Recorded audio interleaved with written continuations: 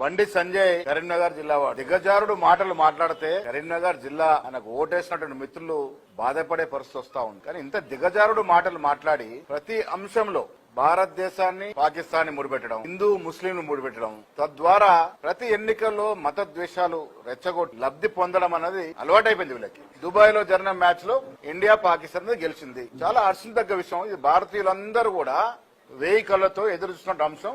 విజయం సాధించినారు. మేము కూడా క్రికెట్ మ్యాచ్ చూసినాం, ఆస్వాదించినాం, ఆనందించినాం. ఇదేదో బీజేపీకి సంబంధించిన అంశం లాగా దుబాయ్ లో పోయి బీజేపీ నాయకులు ఏదో ఇండియాను గెలిపించినట్టుగా రాజకీయాల్ని క్రికెట్ తో ముడిపెట్టడం ఏంటి? క్రికెట్ అంశాన్ని రాజకీయాల్లో తీసుకొచ్చి లబ్ధి పొందాలని బీజేపీ నాయకులు చూస్తున్నారు. చాలా సిగ్గుచేటన విషయం ఇది.